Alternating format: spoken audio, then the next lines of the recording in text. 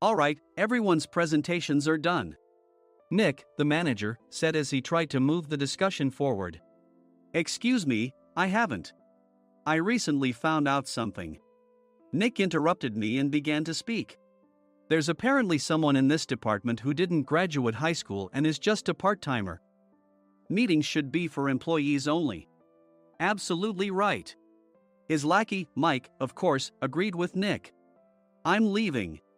After leaving the meeting room, I started to shut down my computer. I noticed that an email had arrived, not in my personal inbox, but in the company's shared email. Thinking, there's no point in speaking up, no one will listen, I went home quietly. The next day, I heard a commotion from Nick's desk. He was staring at his computer screen, his face pale. Nick? Is something wrong? Mike looked at the screen with him. And he turned even paler than Nick. Why is he so angry? Knowing the reason for Mike's distress, I thought to myself, serves them right.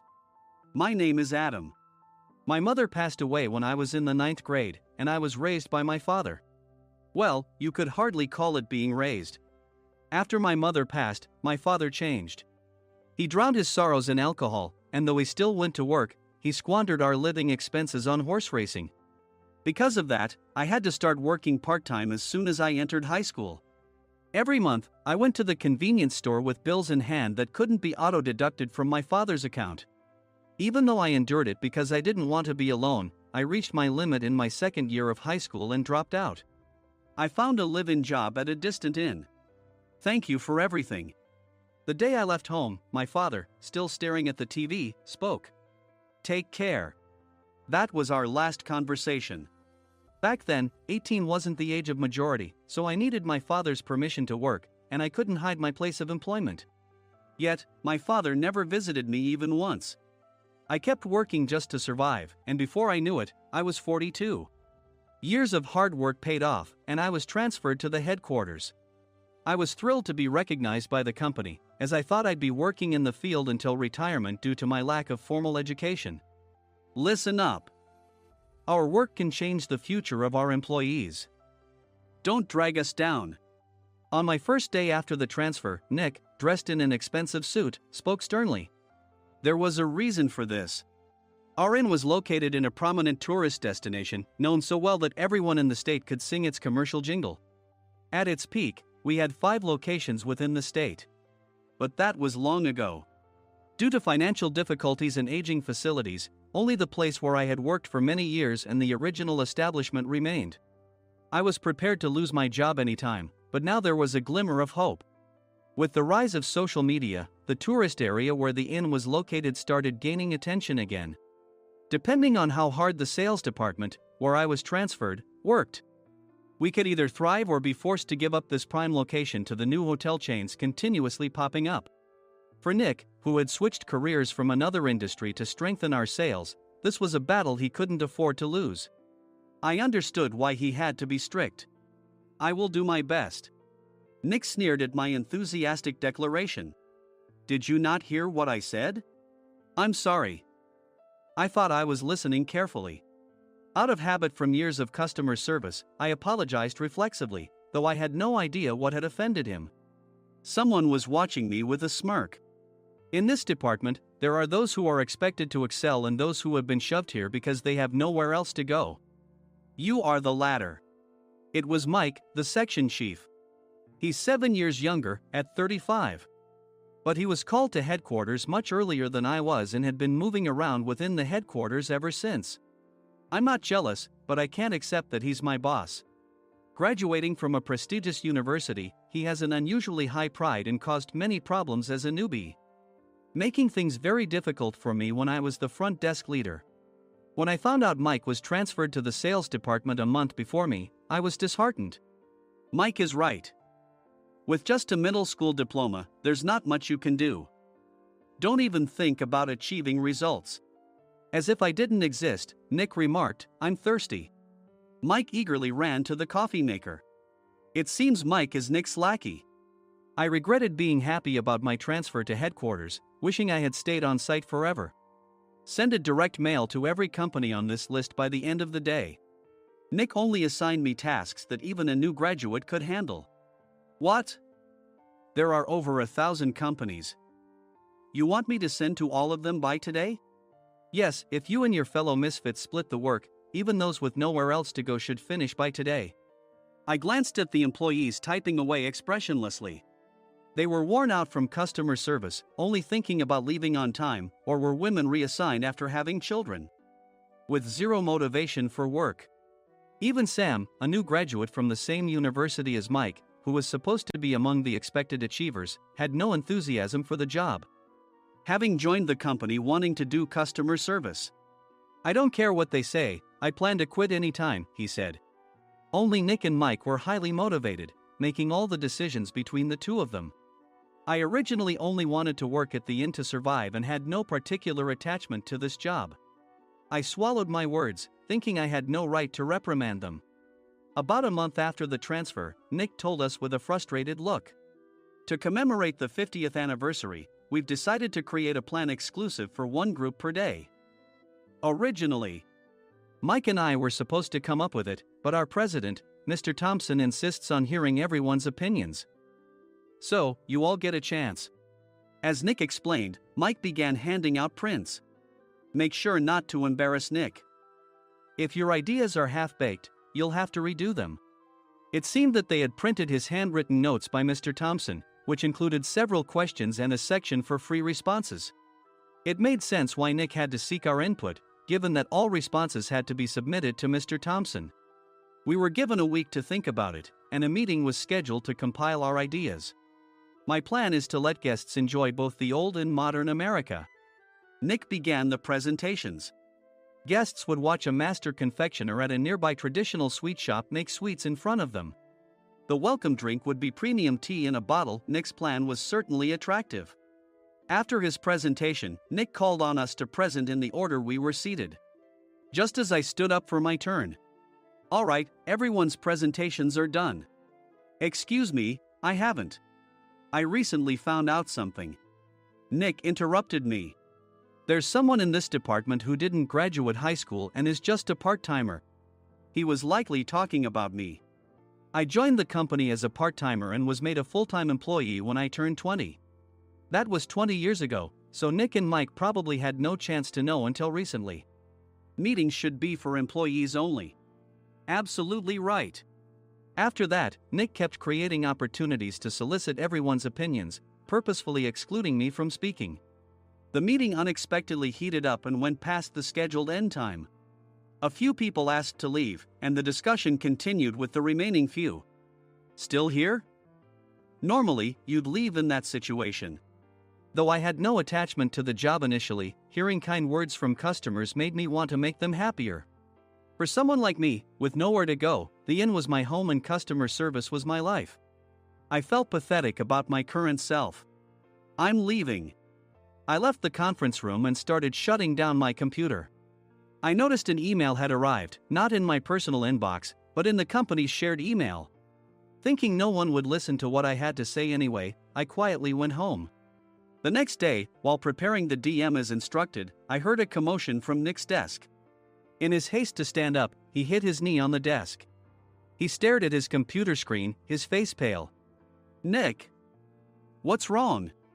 Mike, thinking he should be the first to rush over, approached Nick while still wearing his coat. He peered at the screen with Nick.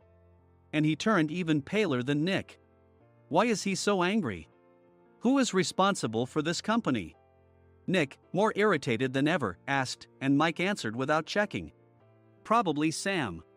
Sam wasn't there because he was attending a morning training session for new hires. Nick gave up on getting angry and returned his gaze to the screen. They were looking at an email that arrived right after the end of the working day yesterday. Apparently, no one, including me, had checked it before leaving. The email was from a large company that used us for their annual employee trips. The president and executives of that company also frequently used our services personally. President of the company, Mr. Mason himself, had declared that neither he nor his company would ever use our services again. Well, some companies cancel their employee trips or stop using our services due to financial struggles. Let's just move on. Mike kept wiping the sweat from his forehead with a handkerchief. Knowing why Mike was so agitated, I quietly watched their interaction. Do you know how much revenue we get from that company? We can find other guests to fill the rooms, but we'll lose the banquet costs, gift shop revenue, rental car fees, and more. Moreover, the gifts were supposed to be prepared by the traditional confectionery shop involved in Nick's proposed plan. If it's known that we incurred such a huge loss at this critical time, Nick's position in the company would be jeopardized. Nick took a deep breath, seemingly trying to calm himself. All right, Mike. Go to New York right now and apologize to Mr. Mason. What? You're coming with me, right? I have urgent work to do. I trust you, which is why I'm entrusting this to you. Please. Mike, believing Nick's sincerity, agreed with a determined look on his face, saying, yes. That's Nick for you. Even if Mike went to apologize, Nick would shift all the blame onto him if the client didn't change their mind. Well, it was Mike's fault to begin with, so it served him right. About 3 hours later, Sam answered a call from somewhere and repeatedly apologized, saying, I'm very sorry. Everyone watched to see what was happening. After ending the call, he informed Nick with a weary tone. When Mike arrived at the client's company, he only made things worse, further infuriating Mr. Mason. He was demanding, get his boss here immediately. It was no wonder Sam was exhausted, dealing with such a call right after returning from training.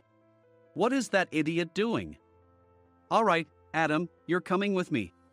If sacrificing Mike didn't work, then I must be next.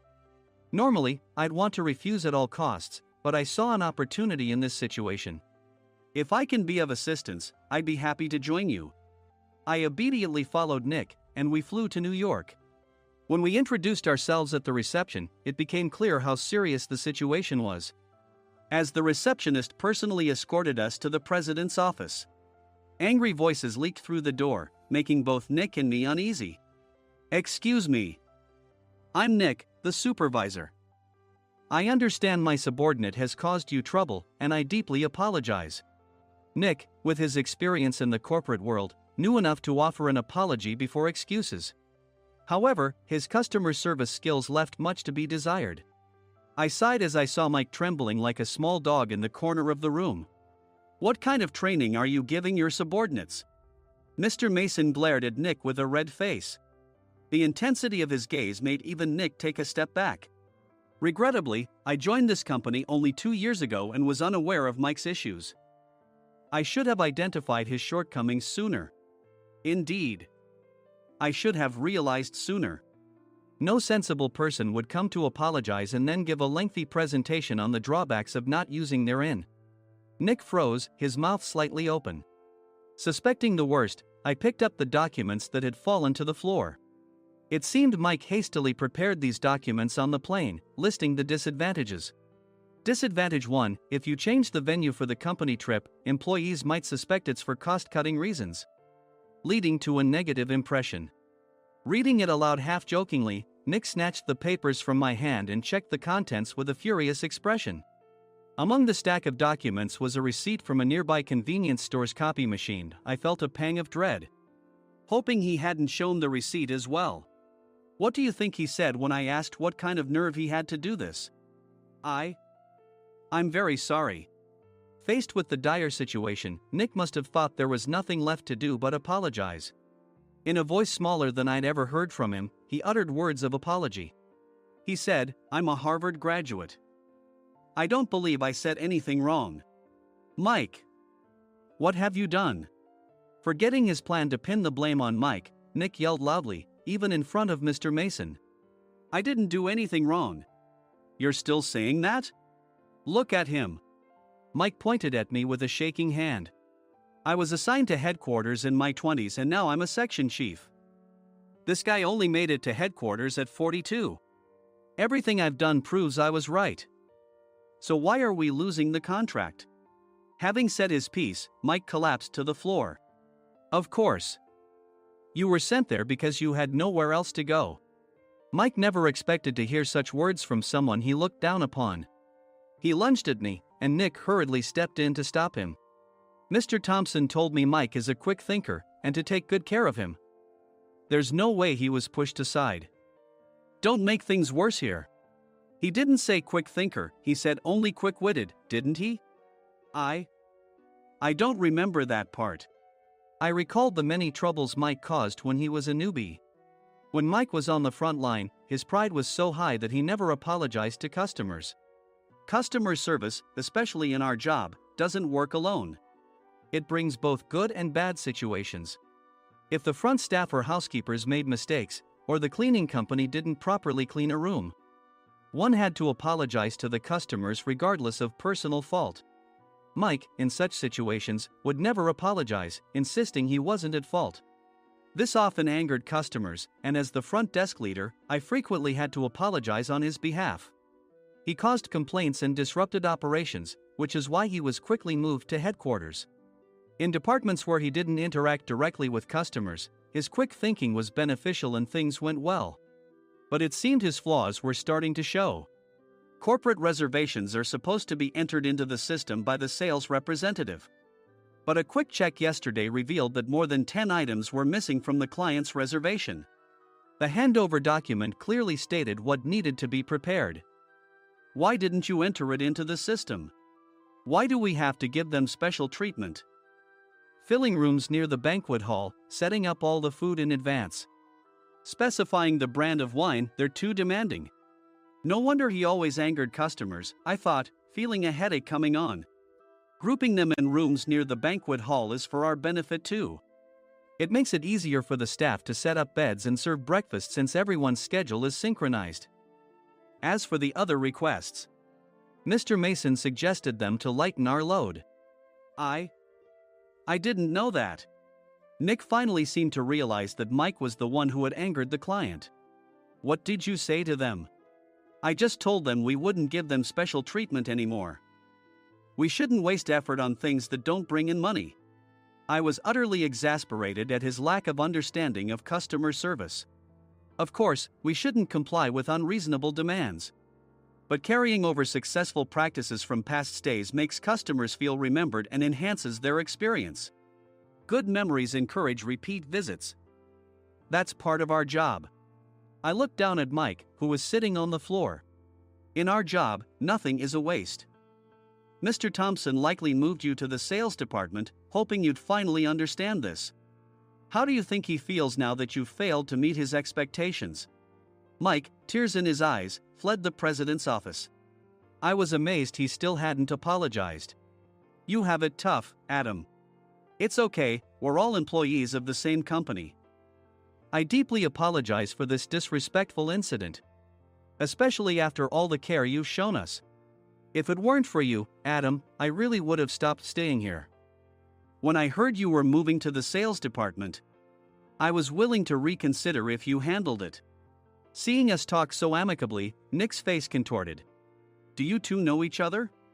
Adam's service is excellent. I always requested him specifically. Normally, we don't accept specific staff requests, but we made an exception for Mr. Mason, adjusting my shifts accordingly. He had personally stayed at our hotel just before my transfer, and during casual conversation, I mentioned, I'm moving to the sales department soon. If I hadn't told him then, things could have been much worse. Please continue to take care of us. I look forward to it. On the return flight, Nick awkwardly offered me a can of beer. It's still working hours. Of course, I had no intention of forgiving him for a single beer. Nick might try to pin everything on Mike and avoid any consequences.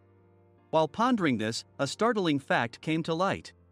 Nick, the tea bottles for the plan have arrived. I handed Nick a bottle labeled with our inn's name. They look good. What are you talking about? These are plastic bottles. I had assumed we would use the trendy, high-end bottling tea. But what arrived were ordinary plastic bottles of tea with customized labels. The only unique aspect was the label, which had the inn's name, making it look customized. Upon further investigation, I discovered that a substantial amount of money was set to be paid to the tea company. It was priced like bottling tea. Does this plastic bottle really cost $100 each? The tea inside is specially blended for us. The extra cost is for that. Wouldn't it be better to use another tea company? Or is there a specific reason we must use this one? As Nick continued to make excuses, I showed him a printed email. I informed the tea company's president, Mr. Mitchell, that we discovered irregular payments and he confessed. He said you two were high school classmates and planned to split the extra money. That idiot. Why did he confess? That's not important. You should worry about yourself, this could turn into a police matter. Opening the bottle cap, I suggested. How about calming down with this tea? It supposedly has a relaxing effect. Nick drank the tea frantically. In the following days, decisions were made about their fates. Mike was reassigned to the General Affairs Department, with no chance of transfer or promotion, as per Mr. Thompson's orders. As for Nick, since the payment to the tea company hadn't yet been made, he narrowly avoided legal trouble. Instead, he was encouraged to leave the company, and to avoid further complications, Nick submitted his resignation. Rumor has it that connections between HR departments have made it difficult for him to find new employment. Even though it was good to have those two gone, something unexpected happened in the sales department. Everyone became motivated and united in refining the 50th anniversary plan. In the end, my plan was adopted. We collaborated with the Tourist Information Center to provide personalized guides. The plan, tailored to the number of guests, was truly special for the 50th anniversary. Hey, is Adam's family coming to stay? I immediately booked that special plan for my family. Sam noticed it on the reservation list and quickly picked up on it. Yes, I'm inviting my father. That's great. I might invite my parents too. I lacked the courage to face my father just as Adam. But here, with the confidence Mr. Mason praised, I felt ready. The 50th anniversary plan was a perfect opportunity to reconnect with my father. I hoped to bring back the days when we could laugh together as we once did.